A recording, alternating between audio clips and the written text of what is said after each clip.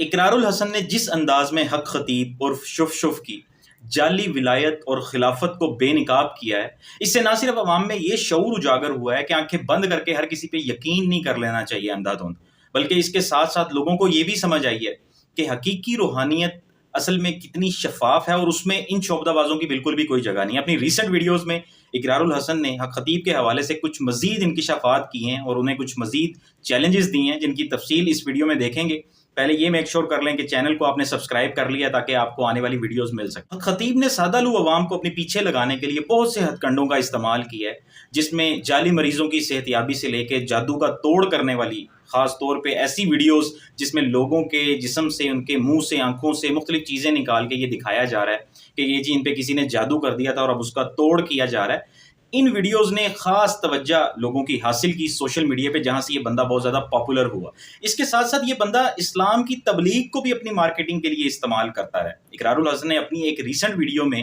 باقاعدہ ثابت کیا اور یہ دکھایا کہ 27 اگست 2022 کو حق خطیب نے اسی طرح کسی کانفرنس میں ایک مجمع کے سامنے کھڑے ہو کے ایک شخص کو ان کے سامنے کر دیا اور بتایا کہ جی یہ بندہ جو ہے اسے ہم مسلمان کر رہے ہیں، یہ پہلے قادیانی تھا، اس کو ہم کلمہ پڑھائیں گے اور مسلمان کر دیں گے۔ پھر اسے اسی طرح پوری پبلک کے سامنے کلمہ پڑھایا بھی گیا اور یہی شو کیا گیا کہ جی ایک مرتد کو مسلمان کر دیا ہے۔ لیکن اقرار الحسن نے کچھ پرانی ویڈیوز ڈھونڈی اور ان ویڈیوز کو وہ لوگوں کے سامنے لے کر آئے، جن کے مطابق وہ شخص جسے 2022 میں مسلمان کرنے کا ڈھونگ رچایا گیا، وہ 19 مارچ 2016 میں ہی کلمہ پڑھ کے مسلمان ہو چکا تھا۔ بلکہ وہ صرف ایسے ہی مسلمان نہیں ہو گیا، اس کو کسی نے مسلمان نہیں کیا، اس نے خود ریسرچ کی۔ اس شخص کے مطابق 17 سال وہ تحقیق کی راہ پہ رہا، مختلف کتابیں پڑھتا رہا، لٹریچر پڑھا، قرآن کا مطالعہ کیا، حدیث رسول کا مطالعہ کیا، اور اپنی اس تحقیق کی بنیاد پر اس نے یہ سچ جانا کہ سچائی کیا ہے، اور نبی اکرم صلی اللہ علیہ وآلہ وسلم اللہ کریم کے آخری رسول ہیں، پیغمبر ہیں، ان کے بعد کسی کو نبوت نہیں مل سکتی۔ یہ سارے حقائق اس نے خود سے ان کو ایویلویٹ کیا،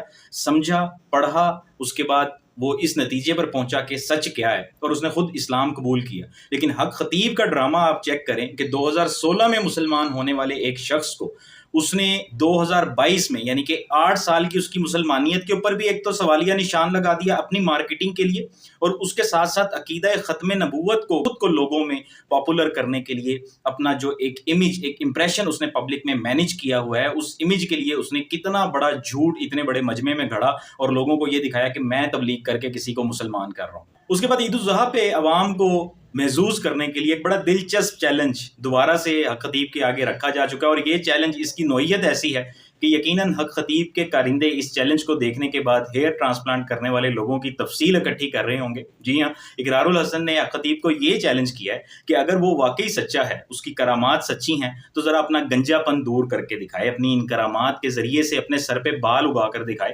اور مجھے تو یہ چیلنج سن کے بہت ہنسی آئی، لیکن اقرار الحسن نے واقعتاً اپنی ویڈیوز میں حق خطیب کی کچھ پرانی تصاویر دکھائیں، جنہیں دیکھنے کے بعد یہ اندازہ ہوتا ہے کہ حق خطیب ایک طویل عرصے سے فارغ البال ہے، کوئی بال نہیں ہے اس کے سر پہ، اور اس گنجے پن کو چھپانے کے لیے اور بہت ساری چیزیں ہیں جو وہ کرتا ہے۔ بہرحال اقرار الحسن نے ان کو یہ کہا کہ جی اب آپ اپنا ذرا یہ گنجا پن دور کر کے اور اپنے سر پہ بال اگا کر یہ ثابت کریں کہ آپ دوسروں کو، اتنی شفا ہے آپ کے ہاتھ میں، آپ کی شف میں، تو یہ ذرا اپنے اوپر بھی اس کو تھوڑا سا پریکٹس کر کے عملی مظاہرہ کریں۔ بہرحال انٹرٹینمنٹ اپنی جگہ پر، لیکن اس میں کوئی شک نہیں ہے کہ اقرار الحسن نے جس انداز میں اس شخص کو ایکسپوز کیا ہے، لوگوں کو یہ چیز سمجھ آ گئی ہوگی کہ کیسے کیسے نابغے اس قوم کو، اس عام سادہ لو عوام کو بے وقوف بنا رہے ہیں۔ ویڈیو کے متعلق اپنی رائے کا اظہار کرنے کے لیے کمنٹ سیکشن میں کمنٹ ضرور کیجیے گا، اور ساتھ ساتھ یہ بھی ضرور بتائیے گا کہ آپ کے خیال میں اقرار الحسن کو حق خطیب کے بعد اب مزید کس کو ایکسپوز کرنے کی ضرورت ہے، یا کس کی طرف انہیں دھیان دینا چاہیے۔